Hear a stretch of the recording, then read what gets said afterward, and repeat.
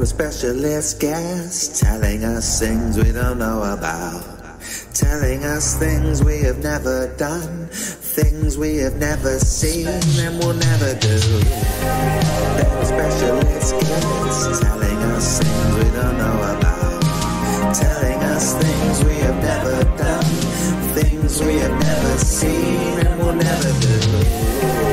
They're a specialist guest, telling us things we don't know about, telling us things we have never done, things we have never seen and will never do. Your life's been weird, I've never done that and I never will do. Your life's been strange, I wanna hear it from the horse's mouth. Your life's been queer, I wanna do those things but I never will do them. Your life's bizarre, talk to me now. They're a specialist guest, telling us things we don't know about, telling us things we have never done, things we have never seen and will never do. They're a specialist guest, telling us things we don't know about, telling us things we have never done, things we have never seen and will never do.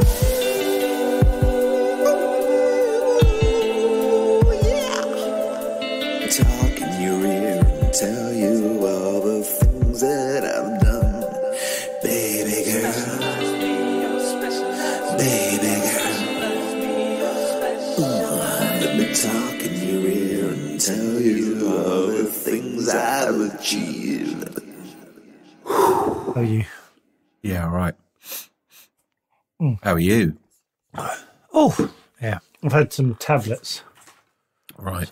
So they've kicked in, so I feel all right today. Anyway, no one this is a big day for us, right? Yeah, I feel very fortunate to be in this. There are some interviews we do where I go, wow, look at me. I thought you were going the other way. I thought you were going to say, there's some interviews I really don't give a shit about. I was like, oh. No. There's somewhere I go, I was working on the golf course when I used to see Well, should we say who it is, the context? Yeah. It's Will, the producer of TFI Friday, back in 1996 to, how many years was it on? I don't know. A few years, and it was... For anyone under, what, 40, maybe? No, probably 30, because I remember thinking, fuck, I was thinking of the timeline, 96. I was like 21, so I shouldn't have been hankering after it quite as much as I was. Oh, really? Well, Do you not think? I was born in, yes, I was 21, and I was like, I think in my head I was like 15 when I was watching it, but I was like, no, I was 21. Yeah. So you might have watched it when you were 11, maybe? Yeah, maybe. Maybe it was a bit dangerous. So 35, so we're not 30, I'm not 40. Fucking hell, no. Yeah, nearly 40, because I'm nearly 50. Yeah, I know. Shit, 40, you're right. So anyone under 40, there used to be a show called TFI Friday on a Friday that would start at like 6. And it was basically the start of the weekend. It was live. It was a big party, basically, wasn't it? Yeah, I don't know why I'm saying anyone under 40. No one listens to us over under 40. There's a few. I've met some who are under. Oh, right. Well, it was presented by Chris Evans, who's like the upcoming. No, he was like No, he was there. He was the thing. He was a big deal. He had the world at his feet. He did have the world at his feet. And he had show after that, like Don't Forget Your Toothbrush. And he was Radio 1 breakfast show. He was just, everything was, He was the one. He was the person. He had the Midas touch. He did. He invented bringing people from behind the camera in front of camera. You know, did he? I think so. Like, no. I think he did. Like, it was his breakfast show, I think, that was be like, let's just have the gang. I think it was him. I'm not having that. Well, you have to. Because I've made it a fact. But you said something spot on when we were chatting about this episode. Right. We've written down loads of questions, and the thing you said was I've got it written here. This program made me feel shit about my life. Say that about Antiques Roadshow, to be fair. But because you felt like everyone was succeeding, everyone was doing well, everyone was having fun. Everyone was cool, everyone was living in well, it felt like It's having like a cool Instagram job. in the 90s. Yeah, it was. And everyone on it was sort of, fucking life's a breeze. They weren't. What job were you doing when you got home on a Friday? I was probably working at Millbank Tower, delivering posts to the floors 4 and 5 of Millbank Tower. An ombudsman, delivering the post at an ombudsman, and never felt more invisible in my entire life. Well, that soon changed. Look at me now! I must be seen. I must do a mid-table podcast. So it was just like, well, now I'm thinking about that. You made me think about that. I know. Think about. I must be seen at all times. Oh, fuck. I'm no longer Millbank Joe. I wasn't even Millbank Joe because no one knew I was there. Boy. I got home from the golf course probably around about 4:30, and I should imagine I was rolling myself a big fat doobie. Wasting your life, piece of shit. Never got me.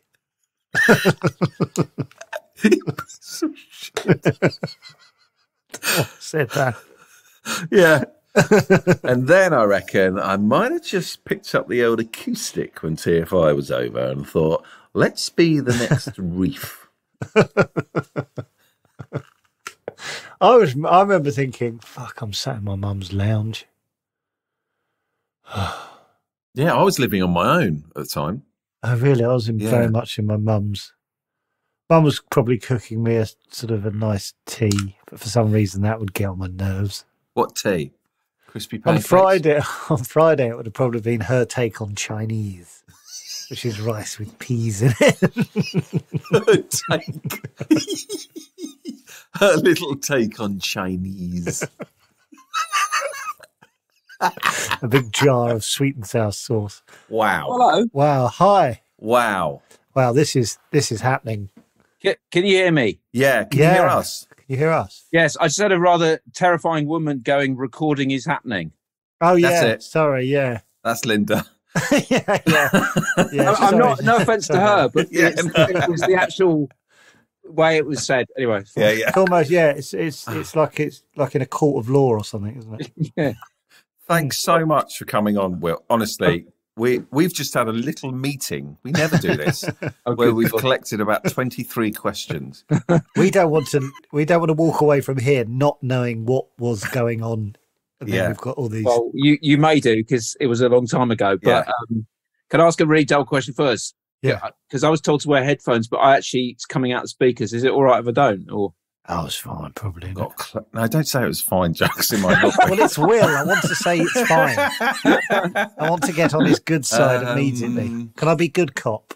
Yeah. I don't know. Hang on. Let me just see if I can change. Probably is fine. By the way, if we're on live, this is thrilling stuff, and I apologize. Honestly, we're not live, but we won't cut No, it's any not of live. this. I think it's fine. I think it's fine. I'm just trying to connect to these things, but it doesn't seem to work. Hold up. Oh, don't worry. Well, you just told me not to say don't worry. Yeah, but now I'm playing it cool. Can you fight a bit more so it gives me a chance to... Yes. Why did I have to? Absolutely not a problem. Why did I have to say that? Hang on. I might have it here. There we go. Are they Bluetooth ones that... Yeah, I've just told it to behave Bluetooth, but I don't think it's going to... Oh, here we go. Oh. No. Should I... I'm trying to think when we've done it with... Not everyone wears headphones, do they, Joe? Like, no one does. No, it's only us. Yeah, don't worry. Oh, yeah. Don't think anyone's ever worn headphones. Just thinking about it, we've done hundreds of interviews where people have... Right, can I abandon you? Yeah. Yeah. Yeah. How are you? Good. Sorry, does it look like I've been held against my will? This is just an office. Nice. Yeah, you need some pickies up, some pictures of on the background for you. Yeah. Well, can I say you've aged beautifully? Well, you look better than the video that we looked at 7 minutes ago. Oh God, I haven't aged in those 7 minutes. Then no. Oh, yeah. Good. How are you? Yeah, good. Great. We're excited about this. Really excited. Yeah. Should we try and explain to Will what we're We've talked about TFI Friday a lot on this. Right. Yeah, we've spoken about Deal or No Deal a lot. We like knowing behind the scenes of shows that we were obsessed Iconic with. shows, yeah. Yeah. And there's a special place in our heart with TFI Friday because we were just talking about how kind of where we were in our lives when we were watching it and how. Oh God, you were really young, weren't you? I bet. No. I just worked 21. We were about 21. Yeah. But just how how exciting it looked and how miserable it made our lives feel. We were like... Yeah, Joe said to me, this program made me feel shit about my life. Because everyone was doing this. Can I just say, it's fantastic. As I'm sure you'll find out, there were also moments making that show that I hated my life as well. Oh, really? Because it looked terrific. Oh, it did look. Like, we're trying to explain to listeners who might be slightly younger just how big it was in the moment and sort of how big Chris Evans was at that time. It was the perfect storm, wasn't it? It was like Friday night, Chris Evans live. That was the mad thing. It was live as well, so it was exciting. And yeah, I think that was the phrase "perfect storm" is probably a good one to use about that show, because I always say about that show is it wasn't a revolutionary format or anything like it. It wasn't like let's do a show about this and no one's done that before. In a sense, it was a bunch of stuff. That's all what the show was. Yeah. But it just perfectly caught a time and a place, because Chris had the initial notion to do a show like that, but he wrote that idea for Jonathan Ross. He said, let's do it, because he knew Jonathan from doing, Chris used to produce his radio show back on GLR years before. So he knew Jonathan. Didn't know that. And then at that moment in time, he said, and we just spent 2 years making Don't Forget Your Toothbrush. Right. Oh, was that before it? That was before it. God, right. How old were you at this point, Will? I'm not at liberty to tell you, because I work out how old I am now. Well, you're 26 now. God bless you. Well, at that point, therefore, I was -3.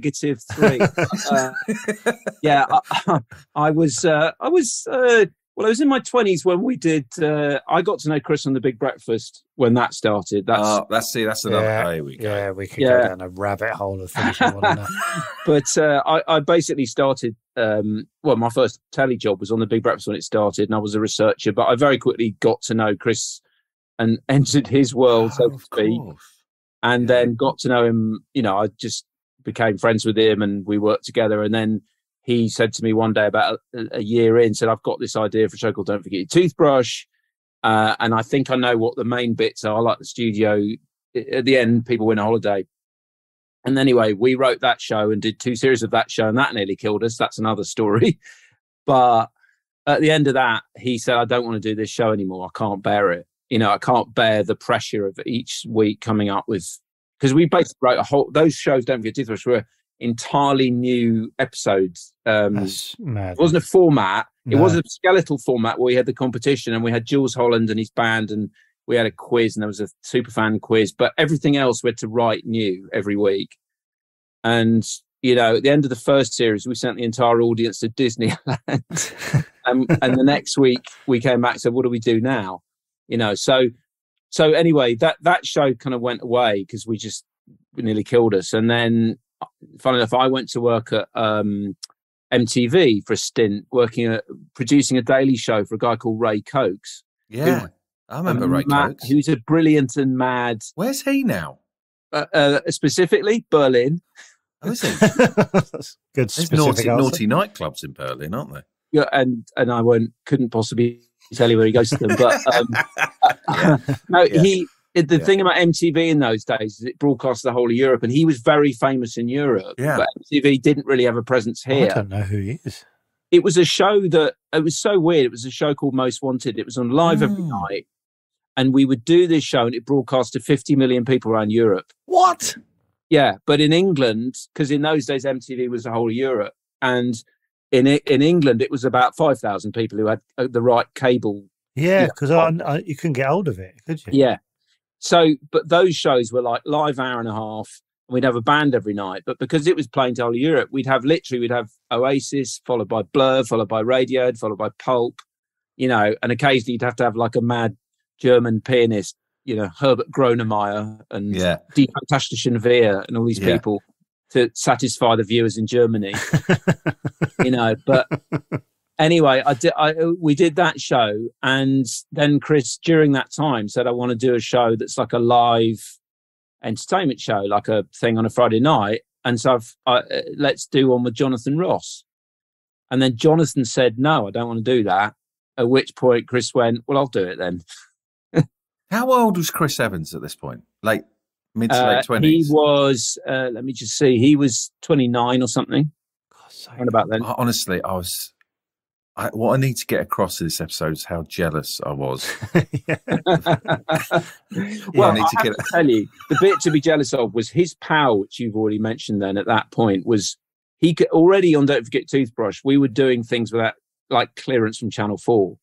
Really? How did he gain that so young? Because by being, I guess... He made hits, didn't he? That's the thing. Well, he was good and successful. He'd only done The Big Breakfast. Yeah. And that was a hit. And then he went, I want to do this studio game show, Don't Forget Toothbrush. And they said, fine, do what you like. We did the first pilot of that.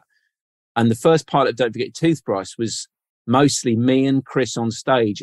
I'm going to say arsing about. Yeah. And Michael Grade, who then ran Channel 4, looked at it and went, this is amateur hour, but I trust you're going to fix this. So have 3 more pilots. So we did 3 more pilots and we worked out what the show was. But that was the power of Chris Evans. They knew that he's such a good producer and presenter, it would be all right in the end. Were you sort of aware of your little position?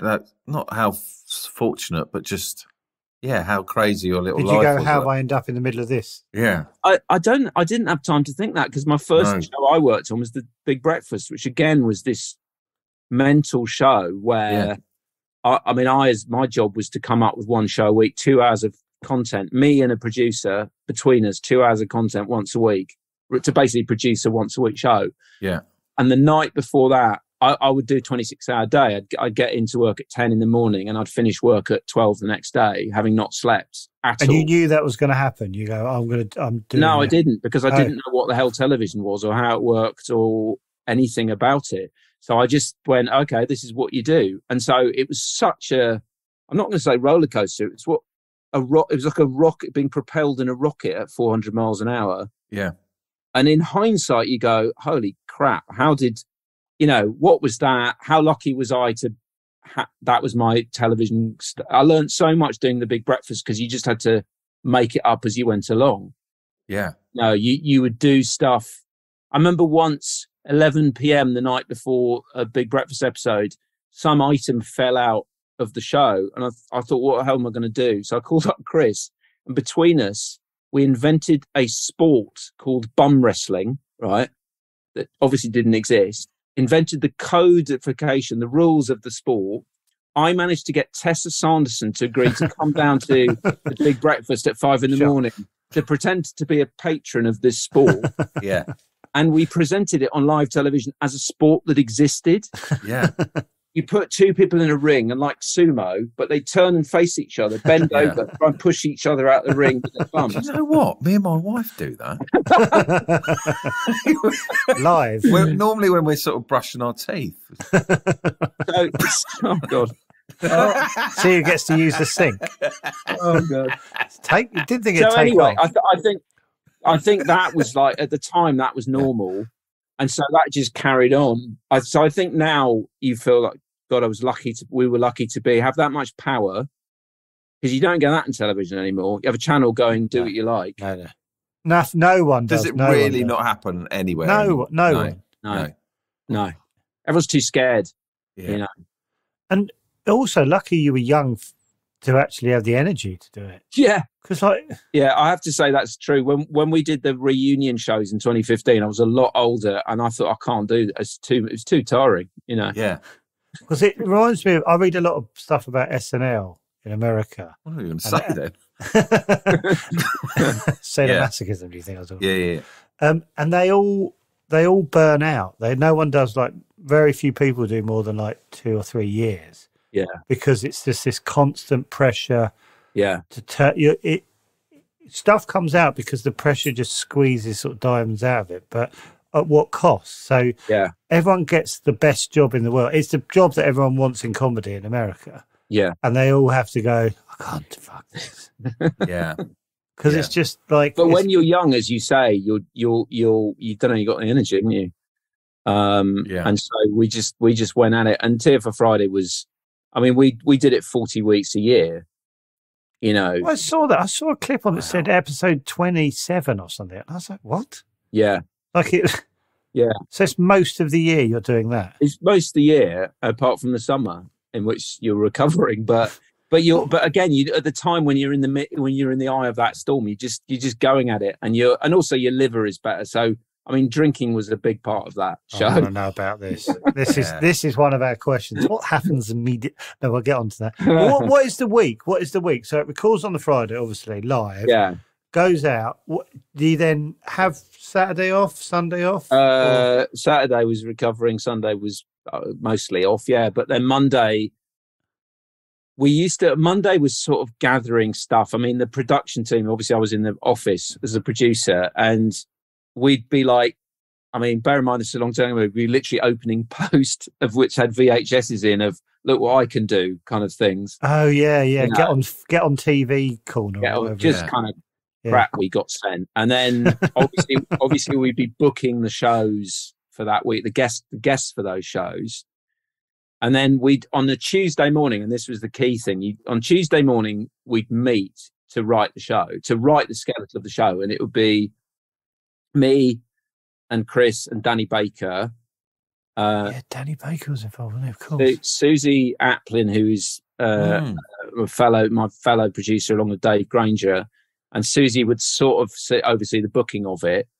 And so we'd all meet and the places we met, it was like in that Man from Uncle? No, what's the mother? The Avengers. Anyway, we'd meet in these places which varied from underground swimming pools, underground wine bars to like mad houses Chris would be living in at any moment in time.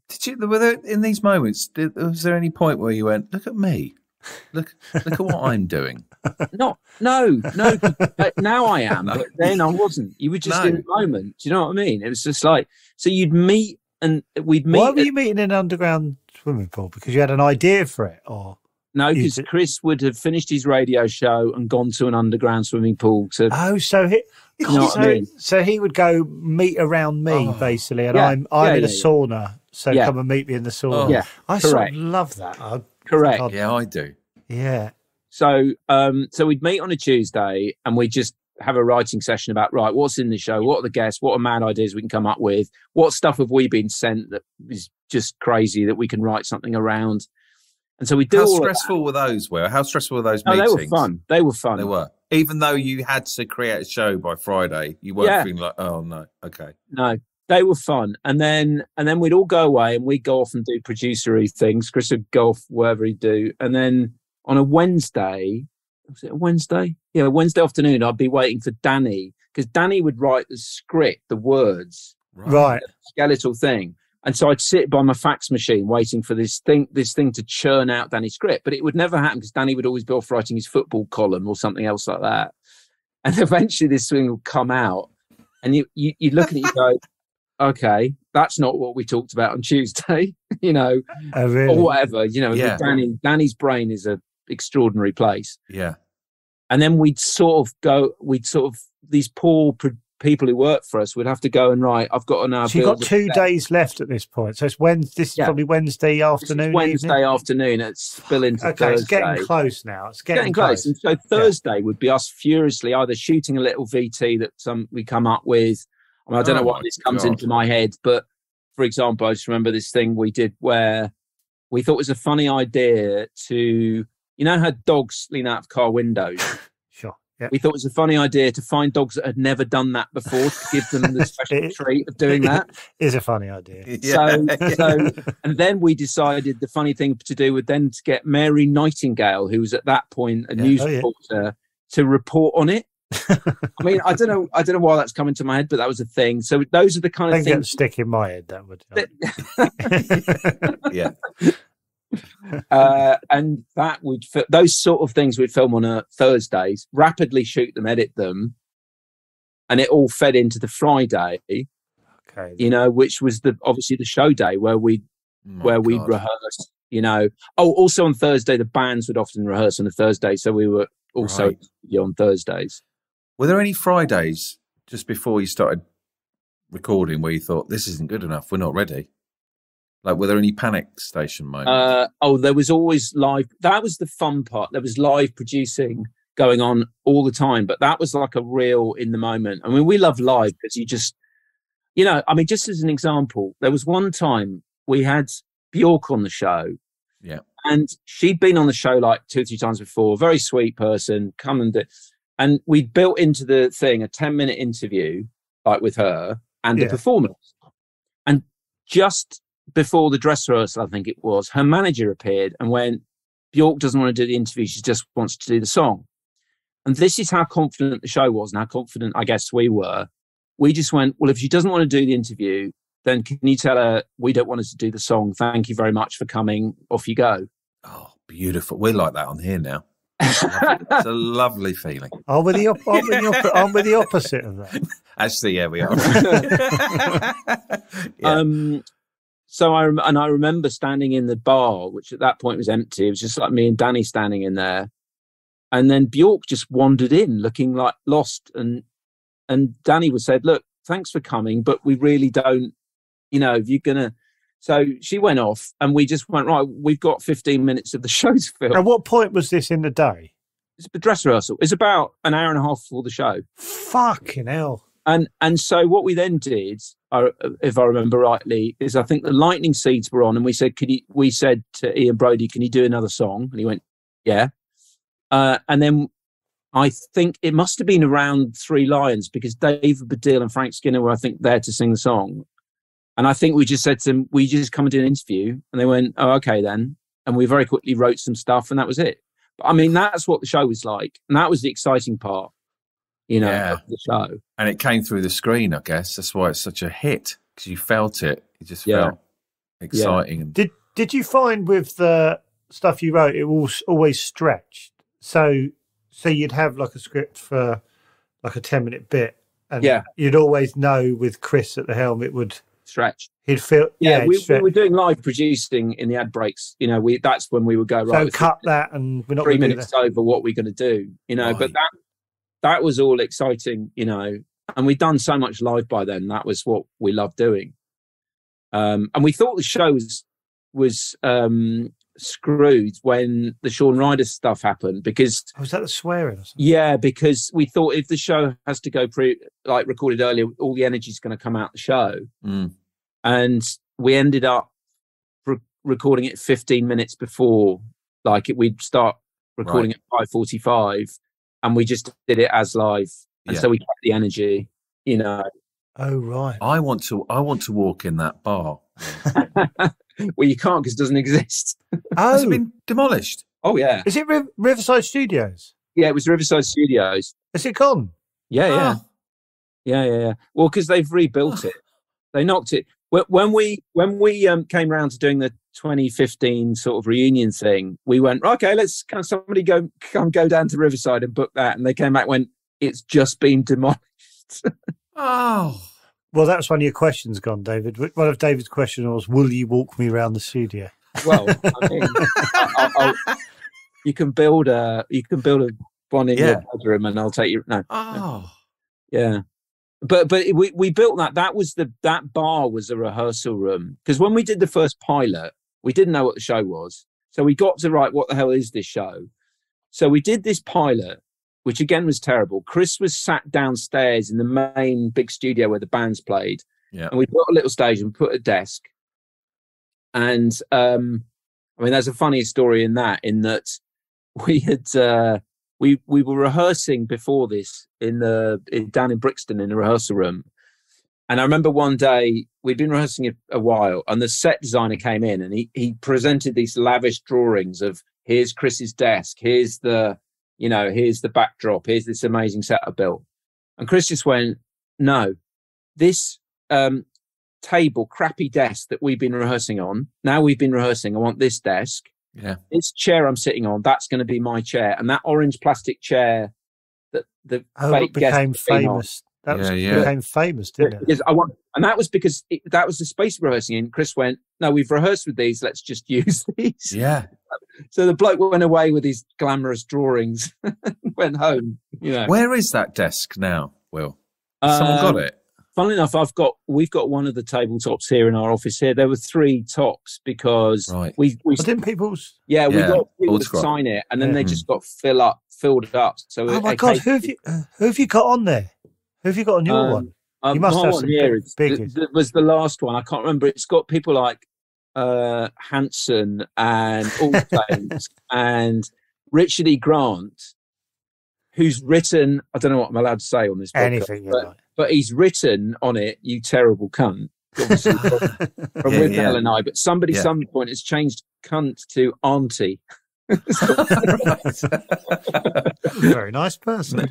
So just in case he got caught on camera, I guess. But so the pilot we did, Chris was on stage, but he was projecting to 300 people, like, shouting, having to kind of, do you know what I mean?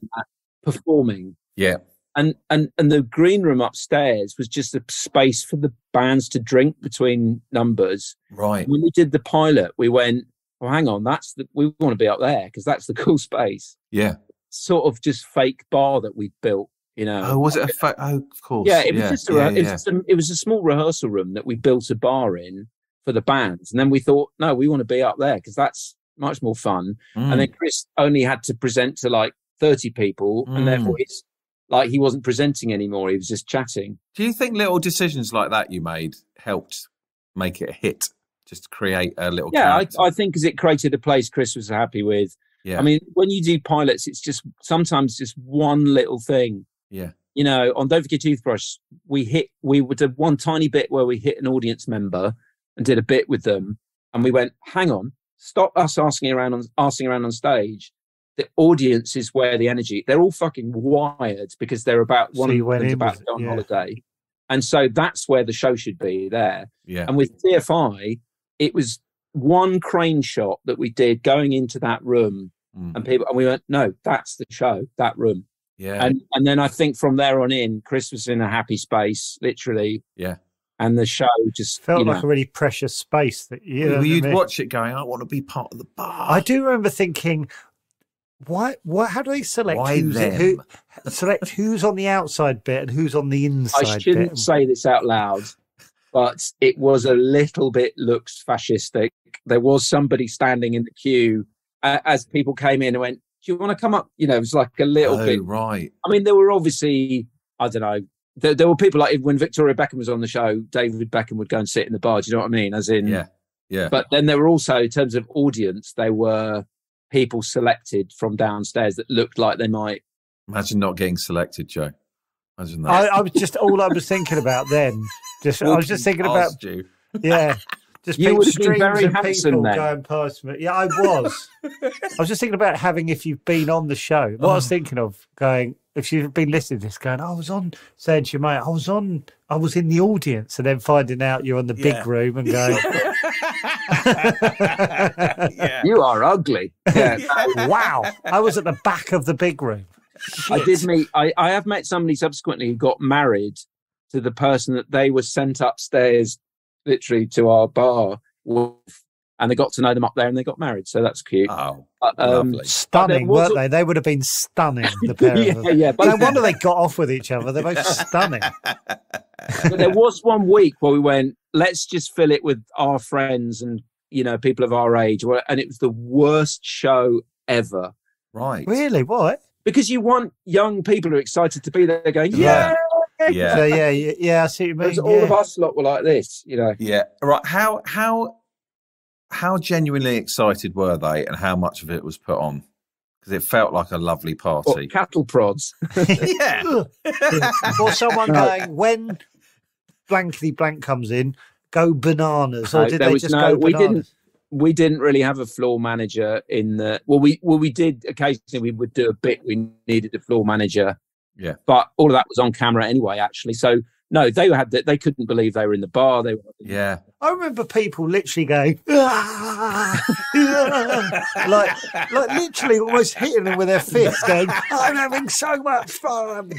Yeah, Like- that was just us. Yeah. Oh, So it was. Oh. It was genuinely pretty wired up there. I have to say. I can't imagine what it was like to. I mean, like you said, you were just working on it, and it was just 100 miles an hour. But you were part of such a massive show. Yeah. You it seemed like you couldn't give a shit. Yeah, it was. No, but it didn't feel like it at the time. Because No. we just thought. Did it not though? Did you not go, this is massive and this is the thing everyone's watching? It was the cool show. I think about a year into it, we realised we were just acting like producers because we were just trying to think, oh God, this is shit.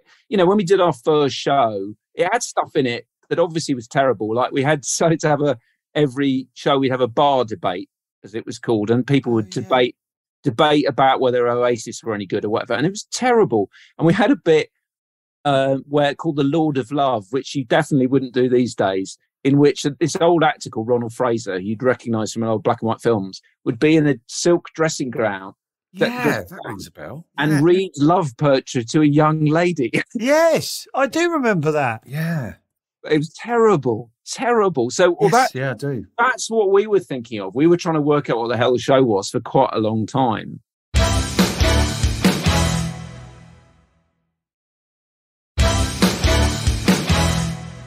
How did you end up being in it? What happened there? Because you were pretty famous at the time for being Will from the producer of TFI. So what happened there? When did you go? Well, it's quite straightforward, I suppose. It's the fact that Chris, the way he operates, always, all the shows he's done on radio and TV is quite zoo format. It's quite like, don't hide anything. If a cameraman falls over, let's laugh and talk about them. And you know what I mean? That's the energy of it. And very simply, when we started to do TFI Friday live, Chris refused to wear an earpiece. He said, I'm not going to wear an earpiece, at which point I had to be on the floor standing next to him. So I had to literally be there because obviously sometimes I'd have to tell him stuff. I was on comms back to the gallery. So I was actually, telling him stuff. And during the ad break, talking to him about what we're going to drop and things like that. You had a clipboard, I think, didn't you? Or something? I can't remember. I do, because I remember you sort of started off being half in shot. So it'd be you kind of going like that. Well, I'd have to do, I remember on the very second show, Ewan McGregor said fuck. He said something about the government or something, and he said fuck. And I had to sort of go right on a board, apologise. Legally I had to do that. So it was all a bit like that. And so it was just inevitable, is the only way I'd describe it. I was going to get dragged in front for something or other and sucked into it. How did you feel about that? Well, at the time, weirdly, I always thought about it from a producer's point of view. If the bit's funny, I'll do it, and so I'll go along with it. And it was just quite. It wasn't. I didn't have time to be weird. It was just kind of like you just got drawn into it and you just did it. Yeah. And the whole thing when I started to the whole thing with when the pointing fingers at me going Wiiiill. I didn't want to mention that, but that was and that had a very weird beginning, which was we had John Cleese on the show, and we did this pre-titles sketch where we had the green room with everybody in it, like literally, freaky, unique people, incredibly tall old lady, fat lookalikes, all these weird people that we had on the show. So John Cleese was standing there, and the sketch went, Danny wrote, who are you? The fat old, the tall, incredibly tall old lady and ugly bloke and all this kind of stuff. And he turns to me and says, who are you? And Danny wrote in the script, all the other members of the cast point at Will and go, that's Wiiiill. you know that Todd Browning film Freaks. Is the specific reference Danny put in the script, Right. which was just like be freakish towards him, and that just stuck. That thing, you know. And so my experience of that subsequently, and occasionally to this day, getting pointed at in the street and having people say that, I think that's unfair game because I was part of that, and it's okay. Yeah, but 30 years later. No, now it's just painter and decorators in their 50s doing it. Yeah. But I didn't feel bad. But what made me laugh was I remember during that time we got a letter from somebody at Eton saying, we do that to Prince William. We all do that to Prince William. Right. So people would say to Prince William, "Wiiiill," like that. Which I thought, yes, my job is done. Yeah. Will, what made Chris Evans so kind of sort of successful and sort of special and stand out in those few years? Why him? Because I think it's a mixture of force of personality, but also his brain, which is an extraordinary producer's brain. He thinks very quickly, right? Knows how, he's just very good with ideas, knows how something should work instantly. And I think it's just those two. Where's that come from? That he's just been in the business for years, or he's just instinctively? I think he already had that. Huh? I mean, I'm not going to start doing cod psychology on him because he does that himself, but no.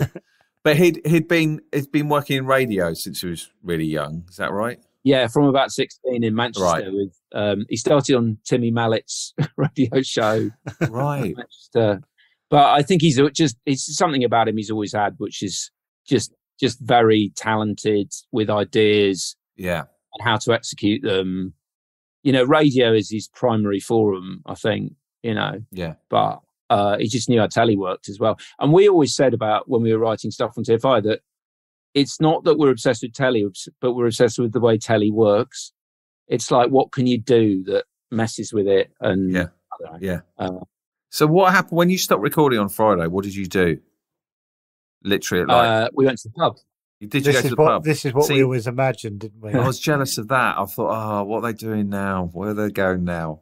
Well, I bet it's fun. By the way, if you'd only come down to Hammersmith, you could have joined in. No, you wouldn't have let us. Me and David have been over like that, staring over, and you'd have gone to the next pub. And so I don't know. You may well know the Riverside. There's a pub opposite the Riverside called the Chancellor's Arms. I do know it, yeah. And that's basically initially what would happen is we would do the show and then go there. Right afterwards with the bands and just everybody, we just drink. This is exactly what I imagined would happen. And then we'd end up in some godforsaken place in town somehow at some point. I don't know what. We go for curry or we do. But then what happened more and more as we record the shows, we'd go in there at lunchtime before the show. Yeah. And we'd start to sort of write the show there, and gradually we'd have a drink before the show. Wow. It was. How could I have been part of that? If I can time travel back, how would I? If I had a time machine, how would I be part of that? What's my way in just in case? I'm going to say if you built a time machine, you might use it for other things first. No, but, that's how I'd use it. Yeah. Yeah. What would I have to do? What would I need to? Yeah. How would Joe have got a job? Well, I'd have given you a job, obviously, but really? David Mitchell used to work in the cloakroom when we started. Did he? Yeah, he worked in the cloakroom at the Riverside doing coats. Wow. I can't imagine him doing menial work. It's very hard to. I know it's true though. Wow. But no, it was. You could have just turned up at the Chancellor's Arms on a Friday, and you would have been there amongst it. So Yeah, I felt like TV World was just on another planet. Yeah, I did. I didn't realise it was 30 miles away. We kind of weren't. I don't know. I mean, that's what it's sort of. This is why it's so sort of like surreal for us, because this was just like you could have been filming this on Mars because we were like, that's untouchable. That's it. Those guys are it. Yeah, and we were. I think if we'd felt that, the show would have been shit. I think the show went downhill a bit towards its end, and that's partly because I wasn't involved in it, obviously. Yeah. Yeah. How many years did it run for? 5 years. And why do you think it went downhill? I think because Chris went nuts, properly nuts, because for the first 2.5 years, we were just doing it. And then he did this big deal in order to buy Virgin Radio. Oh, I remember. He was on Virgin Radio in the mornings and he realized it was up for sale. And he thought, I'll get fired here if somebody else buys it and comes in. I've already been fired from Radio 1. They won't have me at Capital. So in order to do what I love, to buy a radio, to do a radio breakfast show, I'm going to need to buy the radio station. I mean, that's amazing. How mad the thing was. Yeah. So he raised. Did he do it? So he raised 100 million in capital or whatever it was to buy Virgin Radio. Bought Virgin. I mean, this is Chris Evans. This is the brilliance of him. Yeah. You know, he will just do things that other people have the balls to do. Yeah. So he bought the radio station with finance that he borrowed, obviously. Then eventually sold it 3 years later for a massive profit. But one of the things that was used as, because obviously when you borrow large sums of money, you need to prove that you're going to be able to pay it back. And the thing that was used was TFI Friday. It's like, because we made that show for the budget. I mean, again, this isn't, I don't think, a secret, but the budget of that show is 300,000 a week, right?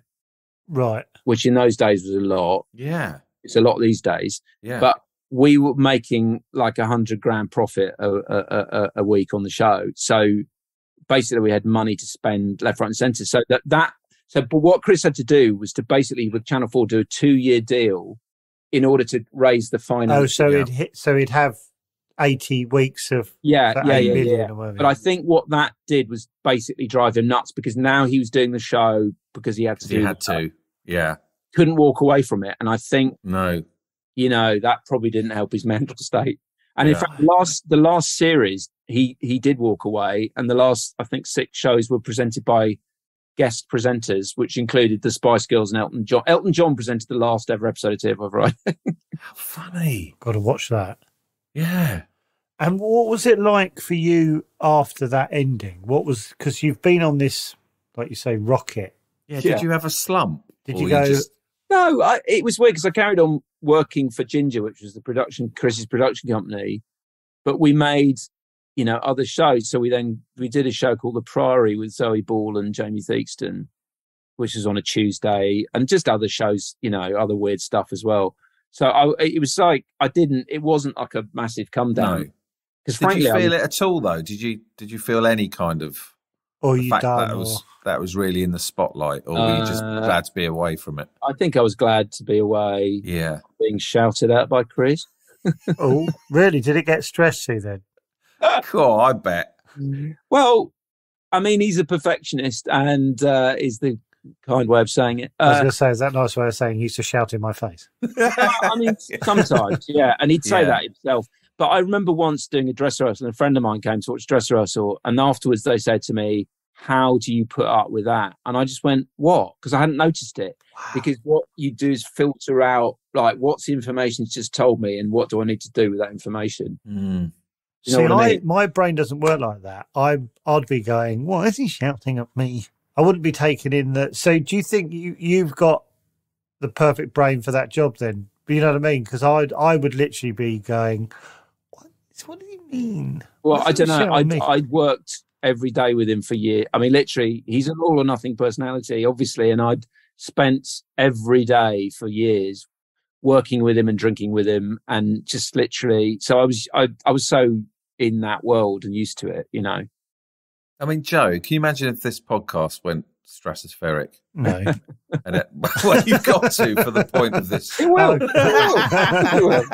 Okay, let's all pretend it goes well. I was just thinking about it being him, and he's got to present that show live. Just the stress on him, and yeah, I mean, it was intense, but it's going to But generally, it's a lot on your shoulders. Generally, the points he made were really good ones. Yeah. That was all I'll say. It was just the volume, wasn't it? Will? Just the volume.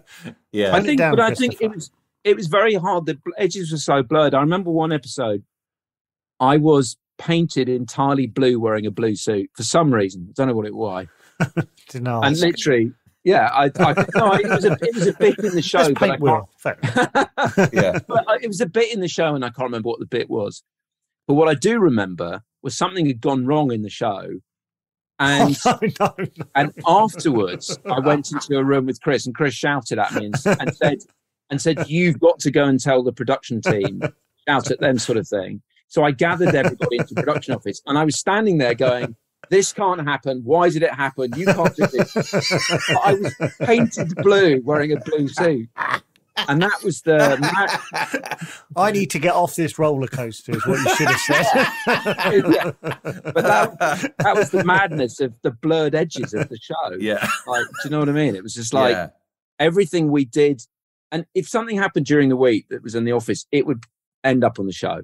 It was something funny happened that was ridiculous, that we drag a production member onto the... I think that's what I liked about it. It felt that way. It didn't feel overproduced. It felt like people mucking about and winging it, and in the nicest possible way. It was like you didn't feel like it was a big shine. You felt like it could come off the rails, basically. Yeah, it's exciting. But the coming off the rails made the show better. Yeah. There was one time we were due to have Don King, the boxing promoter. Oh, my God. And he was on a live satellite link in Vegas, and Chris was going to interview him in the show. But what happened is we started to notice he hadn't turned up yet. And Chris went onto the live link and made a bond live on the show with the sound guy, who I always remember is called Sean. And this poor bloke, who was just one sound guy. And Chris was going live on television, "Where's Don?" And he goes, "I don't know. Nothing to do with me." And what then happened was Don King never turned up. And Chris did, at the end of the show, a 5-minute interview with that sound guy called Sean. And it was absolutely brilliant. Yeah. And it was much better than what we would have gone out of Don King. Yeah. Yeah. And you just can't plan for it. And that's... You can't plan for it. And that was the best part of that going show. back to why Chris was the sort of the key to the whole success of it, surely, because that's his genius. I suppose that is producing, isn't it? I know, because I have to admit, I was going, what? When you say producing, it's like going, right, I'm going to make this show happen with what I've got, basically. Yeah. It's what's in front of you. The other thing we also had was a ridiculous budget. So any imaginative thing we came up with, there's only literally one thing I remember we couldn't do because of money, and that was we were going to fly somebody, those jetpacks. Yeah. And fly somebody over the River Thames in a jetpack. And we found out that there was one guy on the planet in that time that owned it. It was the same guy who'd been at the Olympics in Los Angeles and in the James Bond film. And he demanded first class travel and £40,000 for jet fuel for his thing. And we went, no, we're not doing that. Yeah. But, other than that, we were doing, stuff like, Danny would write, let's get 50 guitarists to play, the Ocean Colour Scene music. Yeah. Dun, dun, dun, dun. Yeah. And we said, let's just get 50 guitarists one week to do that. And we went, sure. And we did it. And, we built a 50-foot replica of the Euro 96 trophy and floated it down the river. And, we built a giant tank of chicken soup that we put on the patio outside. I mean, enormous. Yeah. You got Delia Smith and Beck to throw chickens into it. And at the end of the show, blew it up. I mean, I don't know why, but we just did, and we could. Who did you hand that when you go, okay, we're going to need 80 gallons of chicken soup and some chickens for Beck and Delia? Who would you hand that bit of paper to? But there's a very, very lovely guy, sadly no longer with us, called Stephen Joel, who was kind of like the chief stage manager. And you'd hand him that, and he'd go, "All right, then." I was absolutely unflappable. Also in like a day as well. It's like, it's just like unfair. But it was all part of the thrill of the show. And of course. We just doing stuff in the last minute. I mean, there was that famous time when we were down in Chris when he was living in a rectory in Kent. We were all writing the show, and he said to Susie, who's on the show, and she said John Cleese. But Susie then said, but John Cleese wants to see a script of anything sketch you do. And Chris went, okay, well, let's write a sketch section and go and give it to him. And she said, well, he's in New York. And Chris went, well, let's go to New York then. And he said to me, unfortunately, go back to the office and do your producing stuff. But he, Danny Baker, Susie, and about 3 other people got in a car that moment, drove to Heathrow and booked tickets on Concorde, right? At the same time, Chris was trying to do a deal with Richard Branson to do the Virgin Breakfast show. He said to Richard Branson, "You're coming on this trip if you want me to sign for your radio show." He's got some onions, hasn't he? Yeah. So this Concorde took off from London to New York with on it Chris, Danny, Susie, a bunch of other people, and Richard Branson, right? They landed in New York. When they got to New York, they went to John Cleese's hotel and he'd left New York. So Chris said, "Where's he gone?" We found out he'd gone to Paris. So they then got Concorde to Paris. No. And by the time, and then I got on the Eurostar, joined them in Paris. And at that point, he'd left Paris and gone back to London. So this whole thing had cost like 200 grand, right? And it ended up just a story to tell John Cleese when he came. Wow. See, this is what I imagined was happening. Yeah, it's even more so. It sort of was, you know. Yeah. I mean, it had its downs, but you know, having that ability to do stuff like that is once in a lifetime. You know, like as in the show's so successful, it's earning a certain amount, massive amount of money, so you can live this. Right, we need to go to New York. Like that's not going to happen again, is it? That's bonkers.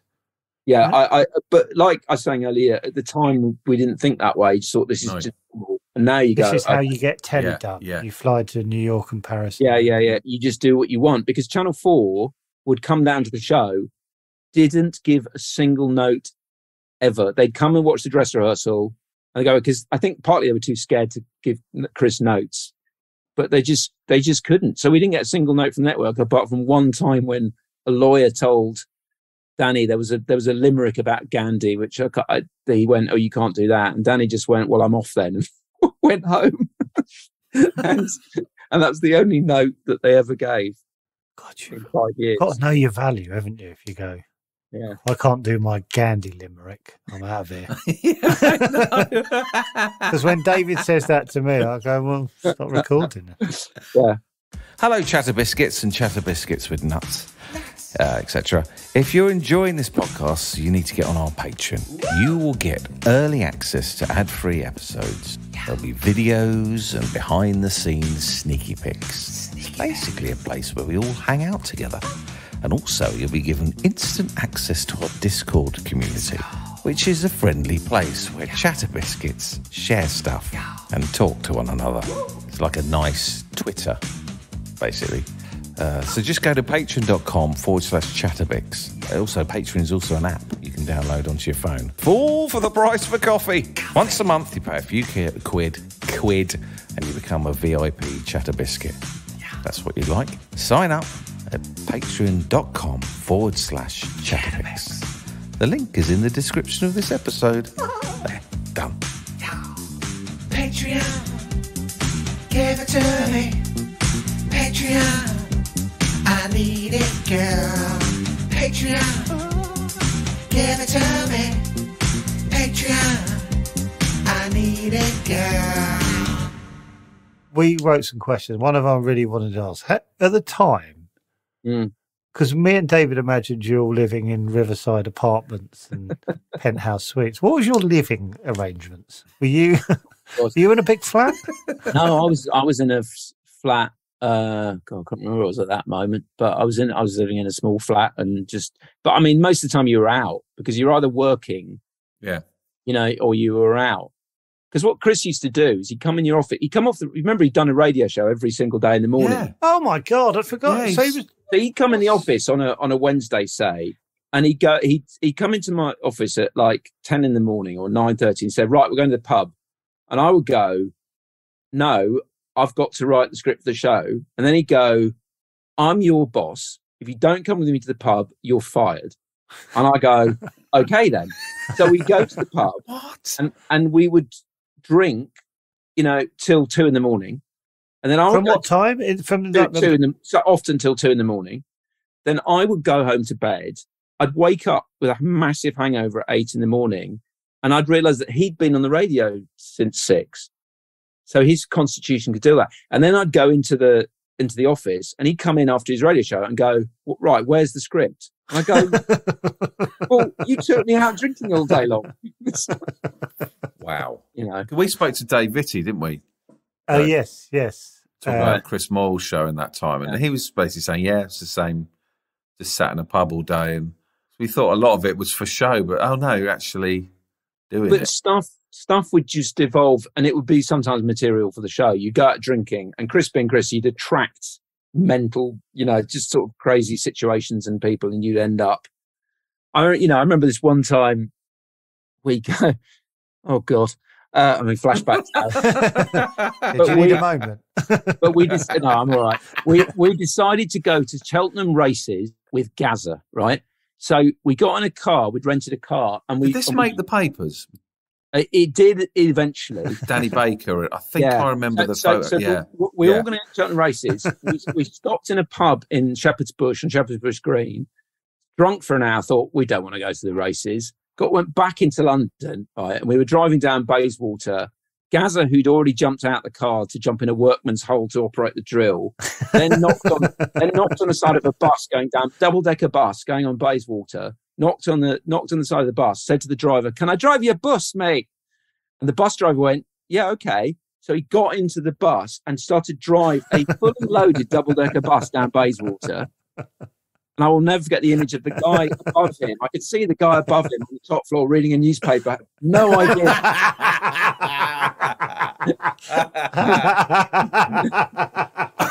Oh, God. Underneath, Gaza was driving this bus. So we ended up, somebody told us there was an award ceremony going on in Grosvenor in the Hyde Park. So we all gate crashed that. And at which point there was a photograph taken, which ended up on the front page of the Daily Mirror the next day, of Gaza and Chris.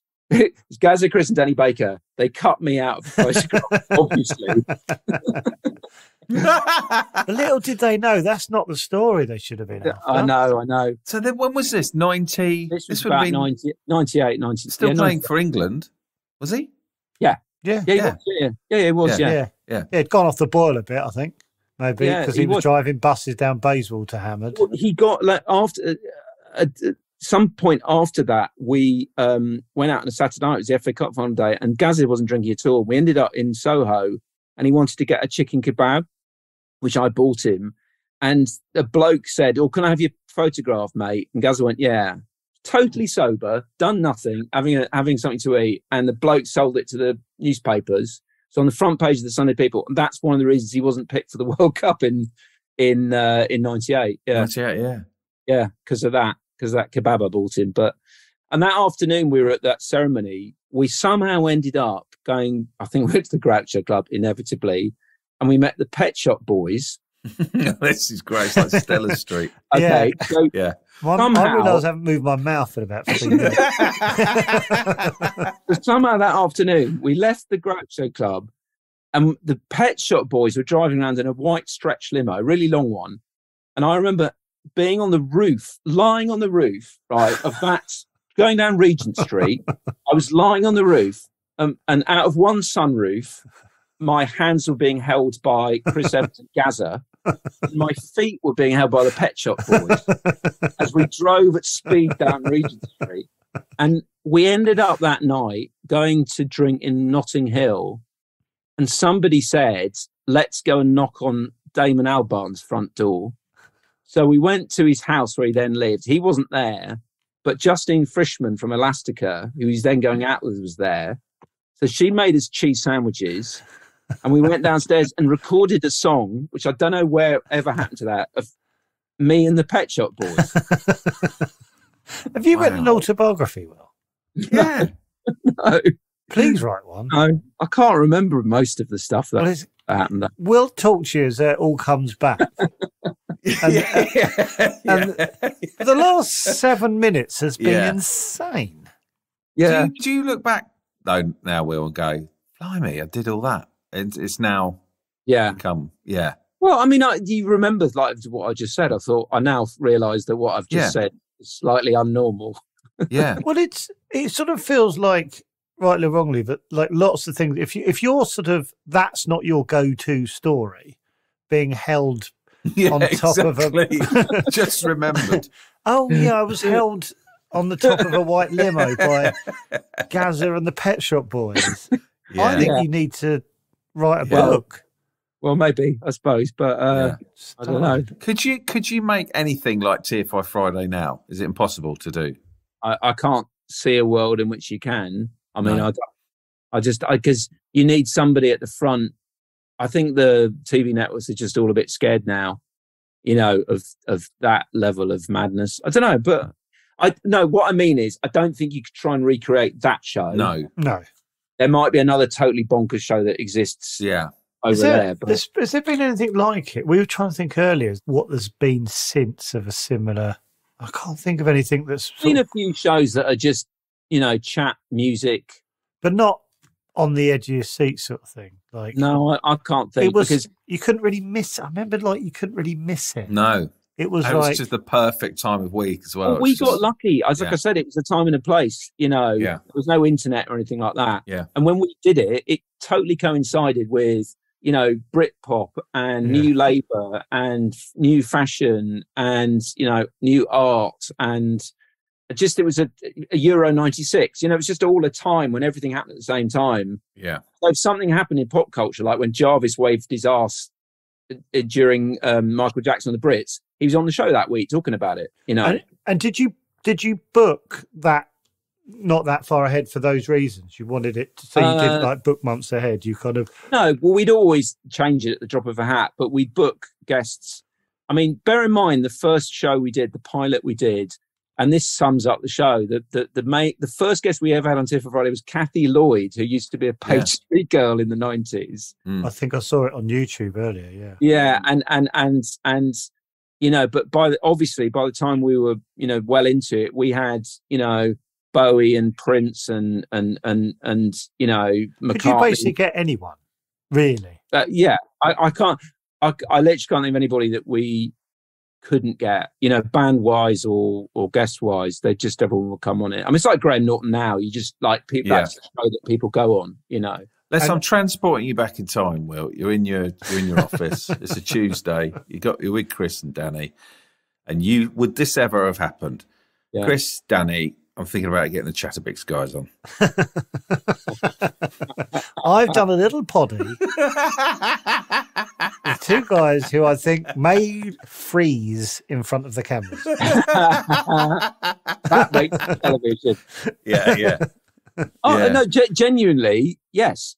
Because it was we definitely weren't like, let's just get all the most famous people in the world. It was more about, there was some of that, but then there was what makes us laugh, somebody we've just seen, because that's Chris's brain. I mean, you turn up in the office and Chris would say to you, and this did happen once, but this is a microcosm of Chris, he'd go, I've just employed a new assistant, they start today, and they go, where did you meet them? He said, I met them in the Blockbuster video in Belsize Park last night. I liked her. I've given her a job and she starts today. So that's his brain, and that's what would happen on the show. Yeah. So if he'd been on a Chatterbix podcast that week, you would definitely be on the show on the Friday. It's all I needed. It's all I needed, Will. and a time machine, like we talked about. We got there in the end, Will. Okay. I might. Yeah. I've got to speak to my mum later, and I'm going to say, Mum, do you remember TFI Friday? If it was on now, we were on it. Yeah. Well, we would be on it if it was on now. You're just telling you were on it. Yeah. Oh, that's good. Do you want to speak to your dad? Yeah. How did it feel trying to recreate it? Oh, yeah, trying to roll back the years later. How did that feel? Well, weird and a little bit like, but everybody came back in a way that it was a bit like when you go to your family at Christmas, and now you're 20 years older, but everyone's in the family's got the same relationships. Yeah. So weirdly, when we all came back together, it was good, and we had to recreate the bar in the place in central London because we didn't have it. We rebuilt it, and so we did a 2-hour reunion special, which was fun and it was good. We then did a 10-part series, and we got U2 and Coldplay and whoever Lewis Hamilton, whoever. We got all the people back on, and we found our modern version of it, but it was a bit tiring. And then Chris lost his mind because he went to do Top Gear, so it all fell apart. Right. Did you feel the same excitement doing it, or did it feel like a little job? bit? But I felt mostly, oh my God, I can't do this. It's 20 years later. Were you scared about going to the pub till 2? Well, bit of that, but it was just actually the work needed to make a show like that. I was just too tiring. Yeah.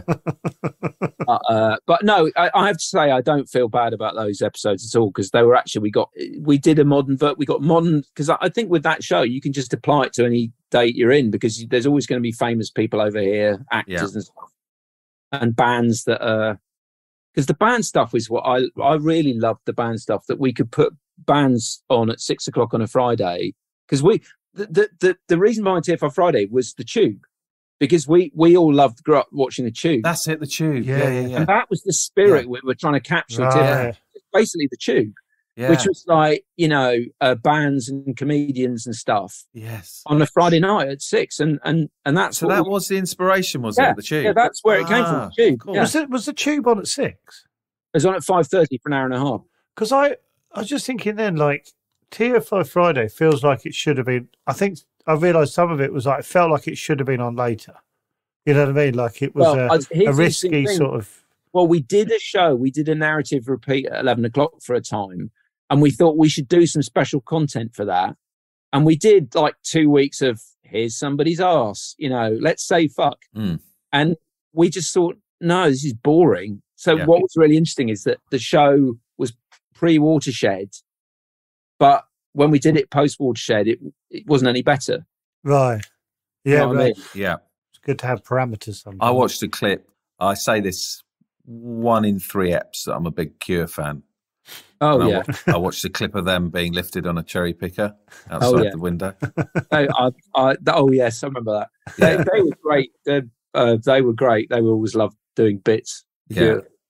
Robert Smith is hilarious. I think one of my favourite things is walking past. There's a pub in Camden called the Hobgoblin, or got another name, which is a goth pub. Yeah. And I walked past that pub with Robert Smith, and I remember all the people checking the strength of their beer because I couldn't believe that Robert Smith was walking past. Yeah. God, you've hung out with Gazza, Robert Smith. Have you got any of these people on your phone still? Well, I didn't have a phone in those days, so there wasn't such a thing. Oh my god! But that was the excitement. You go, we're going to meet in this pub, and that was it. You were there or you weren't there. There was no, I've moved to another pub. There was literally, there were no phones. Nobody had a phone. No. So you're producing now, Will? Yeah. None of it is as fun as those. Basically, you're tired.